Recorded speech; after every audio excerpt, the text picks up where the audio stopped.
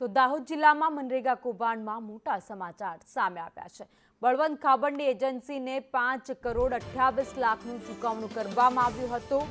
સીમામોઈ કામમાં 38 જેટલા કામોમાં ચૂકવણું કરાયું હતું।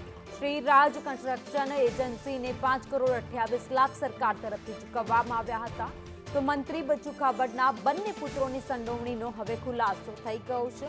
નાના પુત્ર કિરણની એજન્સીએ પણ નાણાં ચાઉ કર્યા છે।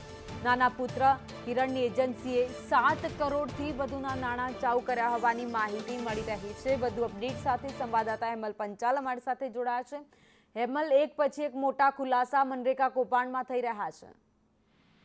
ચોક્કસથી ભાઈની વાત કરીએ તો દાહોદ જિલ્લાની અંદર દેવગઢ બારિયા અને ધાનપુર તાલુકાની મનરેગા કૌભાંડ જે છે સામે આવ્યું છે, જેની અંદર 71 કરોડનું જે કૌભાંડ જે છે સામે આવ્યું છે, જેની અંદર જે મંત્રી પુત્ર બચુભાઈ ખાબડ છે, બચુભાઈ ખાબડના પુત્ર છે બળવંત ખાબડ, તેની જ એજન્સી છે જે શ્રી રાજ કન્સ્ટ્રક્શન એજન્સી છે, તેની અંદર 5 કરોડ ને 28 લાખનું જે ચૂકવણું છે તેની અંદર જેમાં એક જ માત્ર જે સીમામોઈ ગામ છે તેના જે 38 જેટલા કામો છે તેનું જ ચૂકવણું કરવામાં આવ્યું છે। અને જે બંને પુત્રોની સંડોવણી છે તેનું પણ સામે આવ્યું છે। કિરણ ખાબડ અને બચુ ખાબડના જે પુત્ર જે છે બળવંત ખાબડ, તેની સંડોવણી હોવાનું સામે આવી રહ્યું છે। ત્યારે કિરણ ખાબડની પણ એજન્સી છે તેની અંદર 7 કરોડથી પણ વધુના નાણાં જે છે ચાઉ કર્યાનું સૂત્રો પાસેથી માહિતી મળી રહી છે।